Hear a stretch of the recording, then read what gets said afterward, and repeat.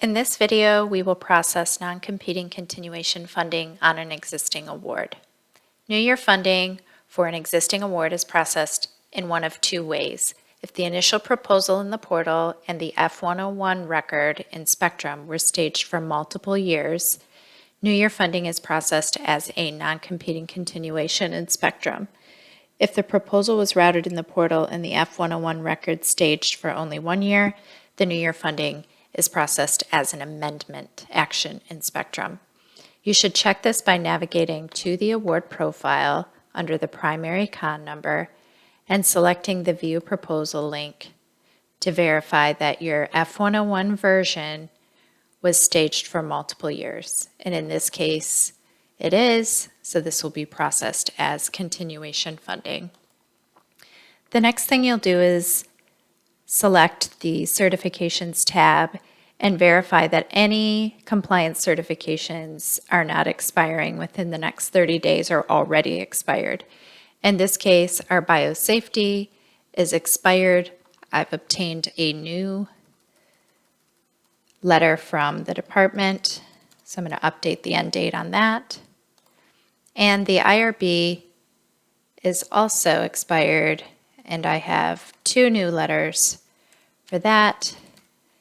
In this case, all human subjects work is happening at Emory University. So we are ceding review at GSU to Emory's IRB. So we have a letter from Emory for their IRB approval, and we have a letter from GSU ceding review to their IRB. Now that we've updated our compliance certifications, we just want to verify that the budget we received from the department matches the award, and from that budget, any key personnel listed in the notice of awards, so in this case, only the PI on the project team, has not reduced effort by 25% or more for NIH. Dr. Zoe had 50% calendar effort listed in his effort report, and he's actually on an academic and summer appointment. The department also confirmed that information for me. So we're going to adjust that here. The budget has 3 academic months and 3 summer. So that would actually be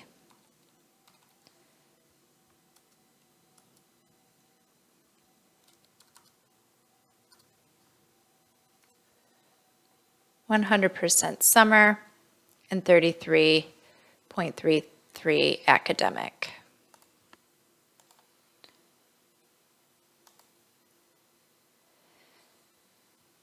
Now that I've verified this information, I'm going to return back to my award profile, and I'm ready to create the continuation.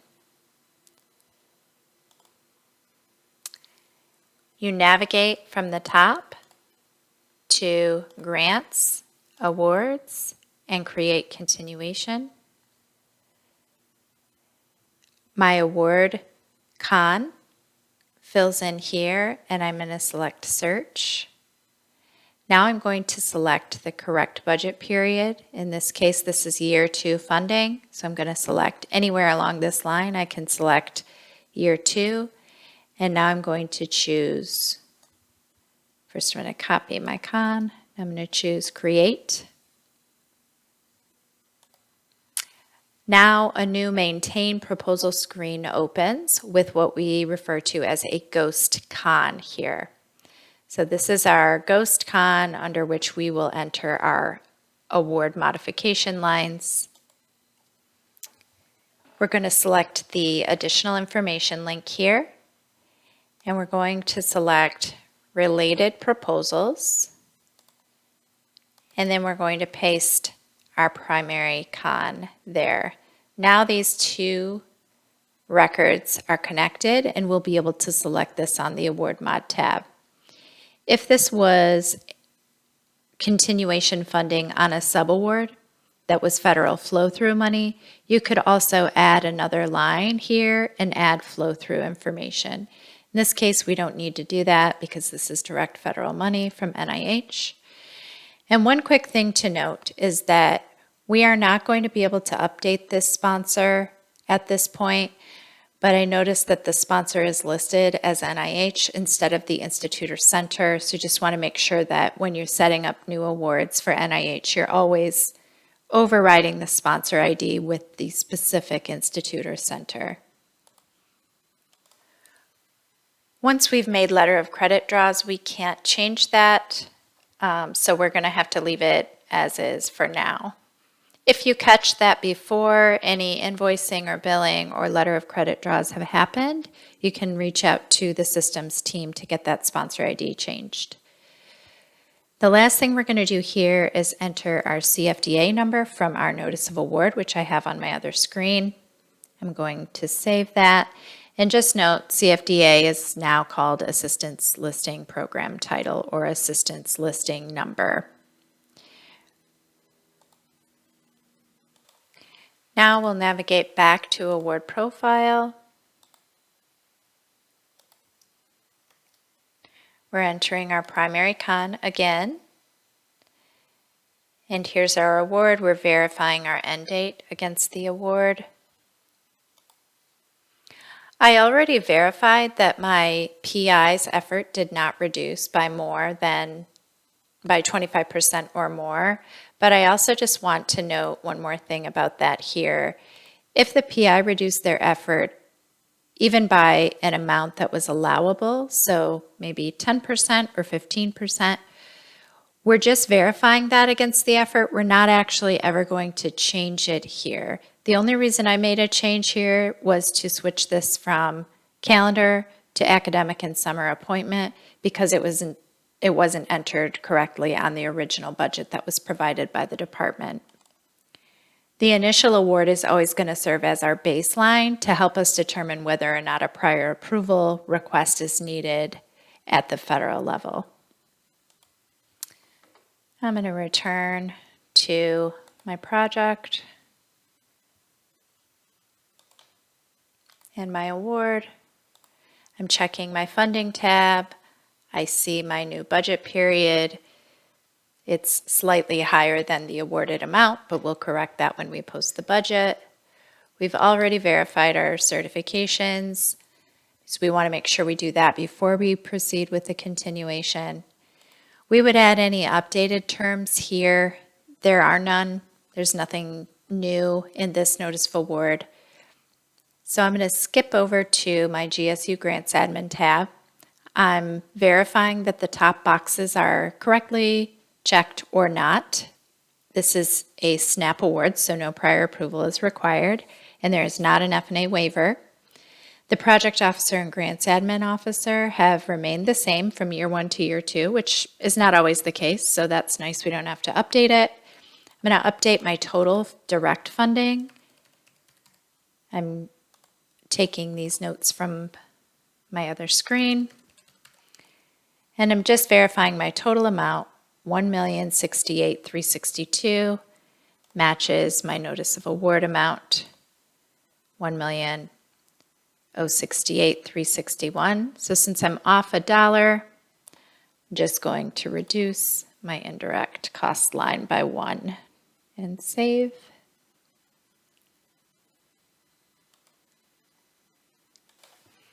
Now I'm going to navigate to my award tab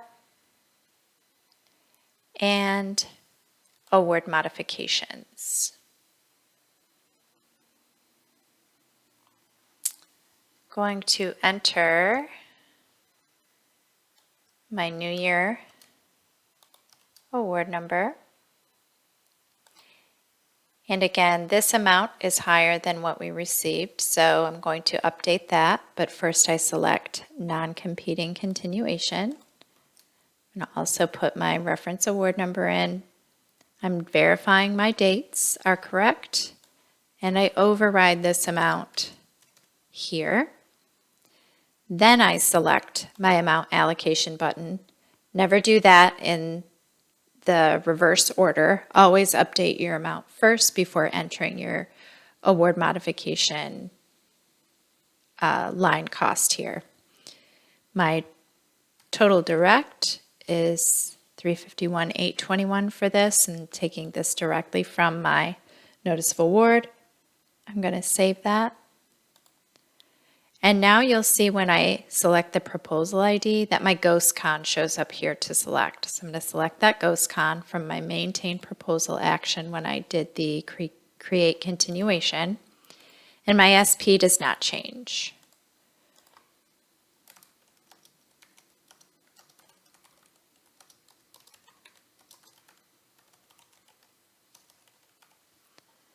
And I add my notes there. If there were any special terms to note, could add that there as well.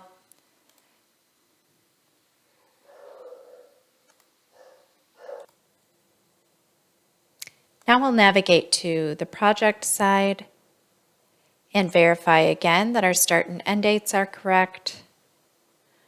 On the project department tab, if this is a brand new award, you would always enter your full budget period, full project period here for a direct federal award from NIH.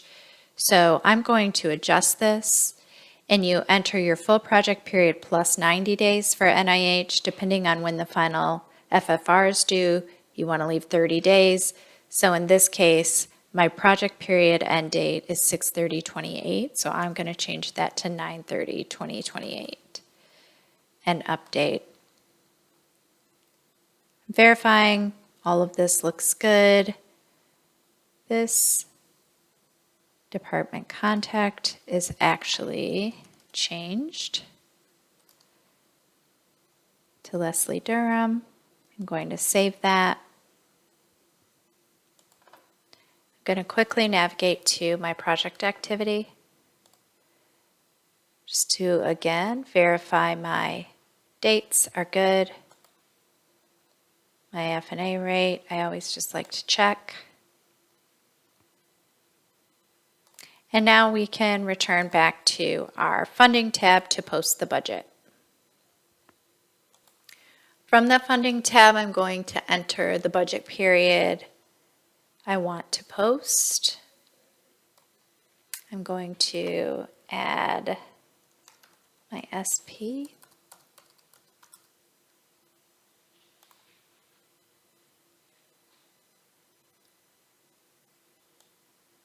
I need 6 additional lines here.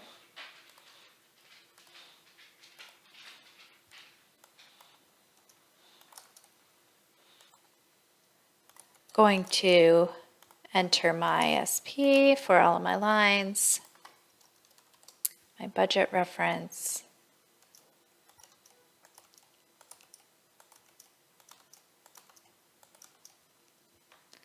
my indirect cost total,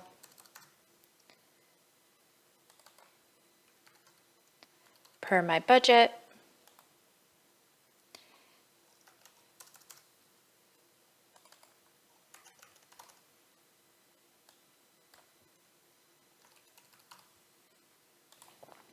now I've entered all my account codes, my budget items, and my amounts. I'm going to double check my commitment control. It says Proj GRT, and it does.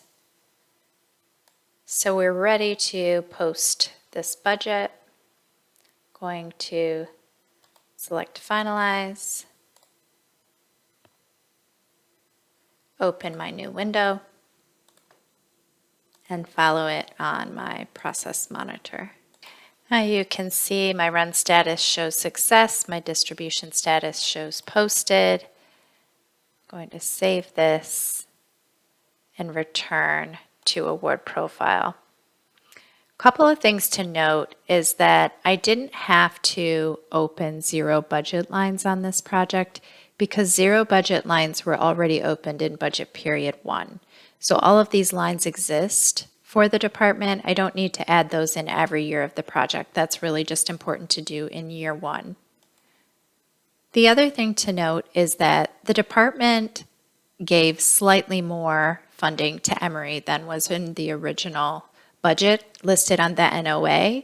So that made a slight difference in the indirect cost amount on the department's budget and the direct cost amount. That's okay. We still match our sponsor budget in total. We have budget revision authority, full budgeting authority with NIH. So that's within our authority to do, and we've done that here. So we don't require that the department gives us a budget that matches exactly line by line on the notice of award. If they want to give more money to their sub, they are welcome to do that. So that's the case here. And I always just want to make sure this budget is actually matching the budget that the department provided and not anything that's in the notice of award. Then finally, we will navigate over to the award tab again and view contract. And all I want to do here is just verify that our end date is through the end date of the award, and it is. So that really is the end of the award profile entry. So our final step will be to verify that the project milestones have been set up for this award. So I'm going to GSU project milestone and I'm going to enter my SP.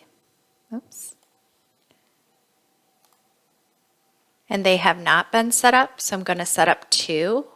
One will be for the final financial report and one will be for the final programmatic report. Both are due 120 days after award end date for NIH. Again, this ends in 2028, and that would be October. Since it would be the 28th, I'm just going to say the 27th.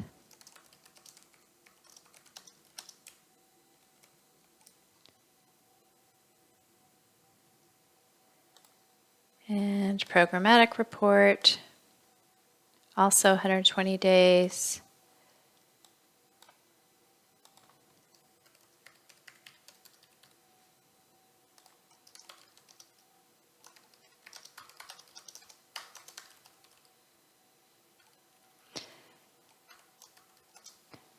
Tanya's closeout process in Spectrum pulls dates from this for the PI's final report, so you always want to make sure that programmatic report is entered here if there is one due.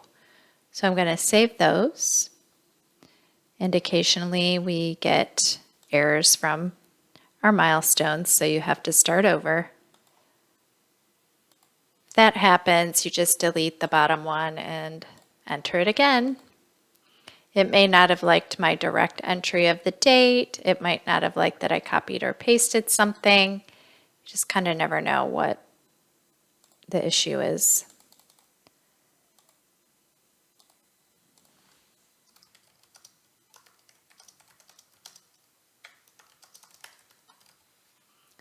And save, and now both are saved. So Spectrum entry is complete. And now I'm going to complete my award notice information on the GSU NOAA tab. I'm going to enter my SP, select budget period 2, sequence 2, and review all of this information. You can see my action type is non-competing continuation. This action is coming from my award modification line. My cumulative information is coming from my GSU grants admin tab. You can see my updated effort for Dr. Zoe that I entered. This is letter of credit for invoicing. My 2 milestones that I just entered are now added here. I'm going to select yes for subawards because we have Emory. This is never going to come automatically from Spectrum unless Nicole enters this when a subaward has been issued. This would exist on the resources tab for the award profile. That's pretty inconsistent between older awards and newer awards, so you're almost always going to have to enter if there are subawards. You can see our updated expiration dates for our compliance approvals. And now I'm just going to attach my budget and my notice of award here and save. Now I'm going to navigate back over to my award notice and enter my comments and send this NOAA to be finalized. Now my comment is entered. I can assign this to be issued, and that concludes the continuation funding process.